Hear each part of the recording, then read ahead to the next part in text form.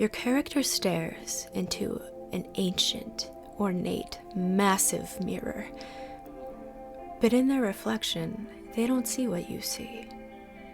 The mirror is not magic. It's just that people usually don't see themselves the same way others do. Every person capable of metacognition has an inner world where they exist in an indivisible relationship with their own consciousness. Your D&D character should be no different. If you've been following along with this series, by now we have a good idea of how you see your character. But today, we will be talking about the attributes that make up their identity, the way they see themselves. I'm Cora Poe, and from years of insomnia and ADD, I've had the free time to ponder and study many things. So, this is Slumber Myth, a place for that insomnia fuel.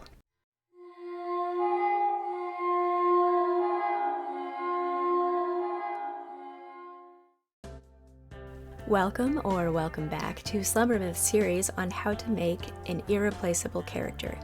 This is how to give your D&D character an identity. We'll go over a handful of key points of identity so you can cherry pick what best suits your Dungeons & Dragons character. And I gotta say, the series is geared toward Dungeons & Dragons, but it can be used in any form of creative writing, character building, in any genre. So let's dive right in. What is your character's perspective of their own identity? And how does it differ from yours as their omnipotent, all-knowing creator? To decipher how they see themselves, we must first use our knowledge of our character to choose what core beliefs they have about themselves and how it fits their backstory. How can it fit their personality most realistically? Segment 1. Internal Self. Values and beliefs. What they stand for. Morality. An example to continue that of previous episodes, the protagonist of My Hero Academia, a popular anime, is Izuku Deku Midoriya. His character is defined by his undying belief in heroism and justice. Even though he was born without a quirk, his core value of helping others and his admiration for All Might drive him to push beyond his limits, proving that true heroism isn't about power, but heart. Personality. How they naturally act and react. For a classic example, in Lord of the Rings, I think Aragorn embodies calm leadership. With his measured reactions and unassuming wisdom, he naturally steps into the role of a guide, balancing quiet strength with moments of inspiring bravery. In a quite different example, Agatsuma Zenitsu.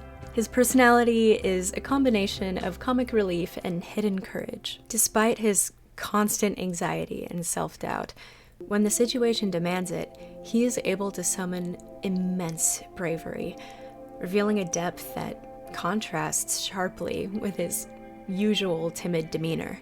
Memories and experiences. What shaped them? What turn of events in their past or treatment have they received that has turned your character into the person that they are now? In a Dungeons & Dragons example, a tiefling rogue's early years were marked by hardship on the grimy back alleys of a sprawling city. Abandoned as a child due to his infernal lineage. One defining night when he was cornered by a guardsman, a mysterious benefactor intervened, an event that not only saved his life, but ignited a spark of hope. This moment of kindness, juxtaposed with the bitter cruelty of his day-to-day existence, instilled in him a desire to seek more good in the world. His memories of isolation and betrayal, and then that singular moment of mercy, continue to shape his choices, driving him to walk a fine line between criminal underworld and the longing for a higher purpose. Emotions and desires. What they crave and fear. In another Demon Slayer example, Kamado Tanjiro is driven by the desperate desire to restore his sister's humanity and to rid the world of demons, while at the same time, he's haunted by the fear of losing those he loves and the overwhelming guilt of past tragedies. Those emotions and desires drive him through his current actions in the storyline and make up a great deal of his identity in the way he sees himself and what he must do. Self-perception, self-esteem, and body image. For this, we'll start by looking at Harry Potter. From a young age, Harry struggles with the notion of being different because of his scar and background. His growth throughout the series is marked by a gradual acceptance and recognition of his own self-worth, both as a wizard and a person. As the series progresses, he gains confidence on all fronts, and we also see him physically hiding his scar less. Body image is obviously a delicate and personal aspect of anyone's perception of self. Think about what lens your character sees themselves through in this way when they look in the mirror. Hair, body build, eyes, ear shape, extremities, clothing, and then the color of each of those things. Is your character the kind to have feelings about any of them? Identify those physical traits, write them down, and then go to bing.com/images/create. Write them into the prompt box. Add D&D oil painting style. Use a comma or dash to separate that from the rest of the text. This will help you to create an image of your character that hopefully feels right. Just keep adjusting the wording and descriptions if it's not turning out quite right. And again, I do not condone AI art use in place of real artists. I am also an artist. I am also a writer. AI scares the shit out of me. I am also poor and can't afford to pay artists for their work, and none have agreed to let me use their work in exchange for credit.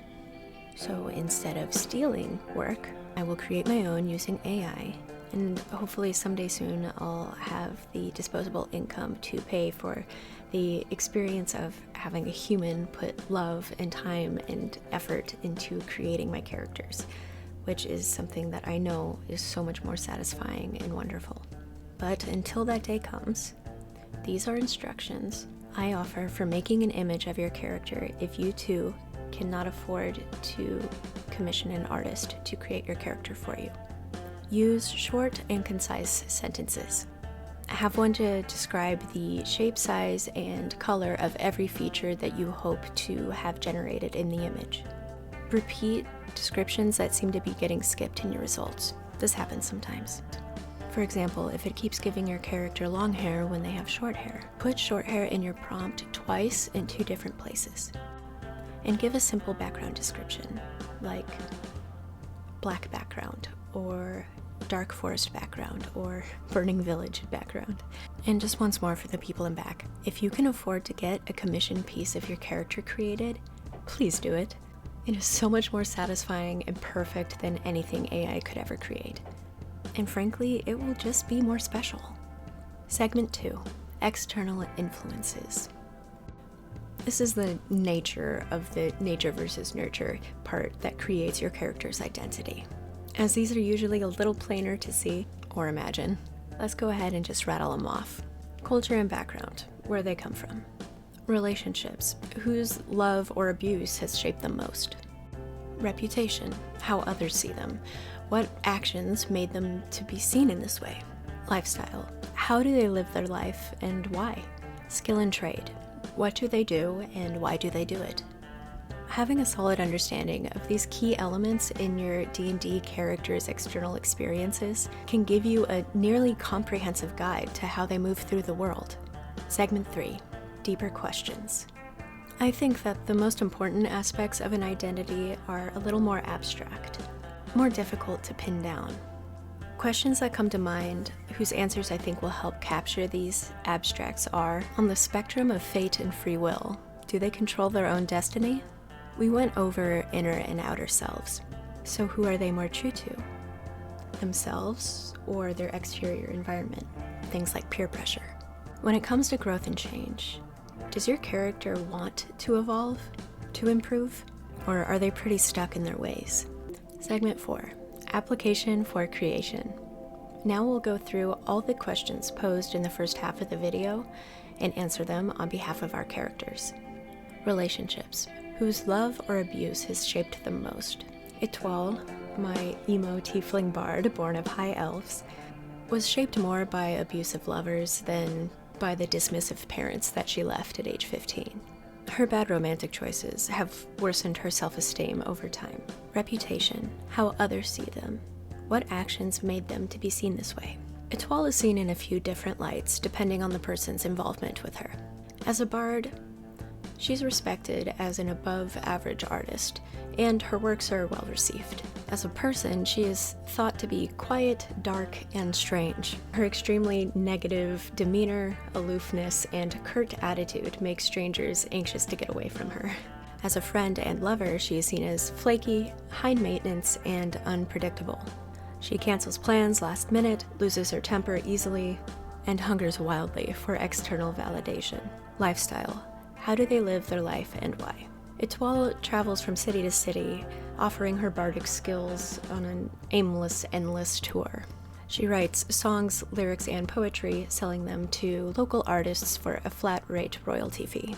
Once she's done business with every interested artist in every tavern or town hall in the city, she moves on. She has few friends, of whom she sees every several years, usually by coincidence. She lives and moves alone. Skill and trade. What do they do and why do they do it?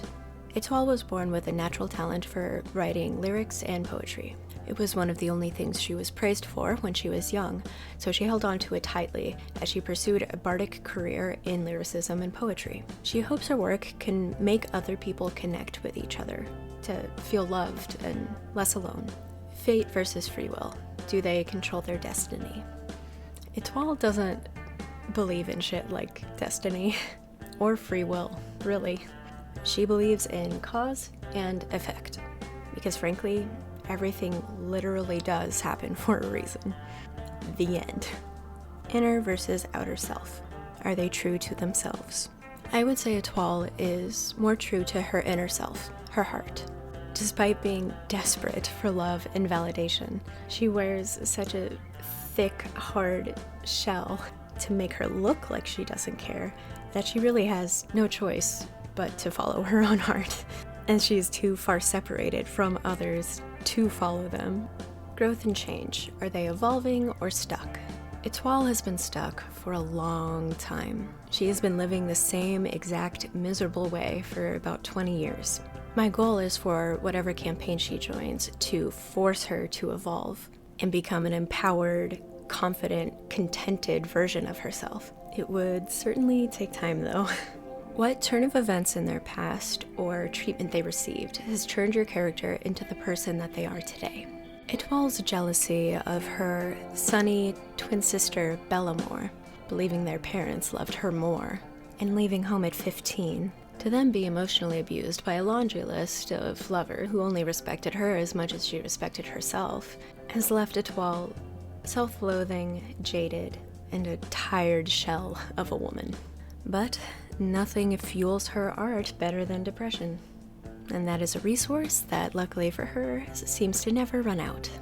Segment 5. Conclusion. Answering these questions about your character's identity, I think, will really prepare you to answer the most definitive one. What is your character's perception of their own identity, and how does it differ from yours as their omnipotent creator? I would love more than anything to see what your answer to that is, so please, if you have one, leave it in the comments. And as always, my dears, I just could not be more appreciative of you joining me today to dive deeper into how to make an irreplaceable character. Étoile's full opinion of herself and her own existence is a multifaceted, heartbreaking handful. But I think identifying it has made her become that much more whole in my mind. How about you? How do you feel about your character's identity and the way that they feel about themselves? Tell me in the comments, pretty please. Like, subscribe if you haven't, and I will see you next week for how to make your character evolve, the final episode of Slumber Myths, How to Make an Irreplaceable Character. Next time we will be diving into giving your character tools and you out-of-game preparations that you need for your character to evolve throughout the campaign. Thanks again for keeping me company to listen to my insomnia thoughts. Happy nightmares.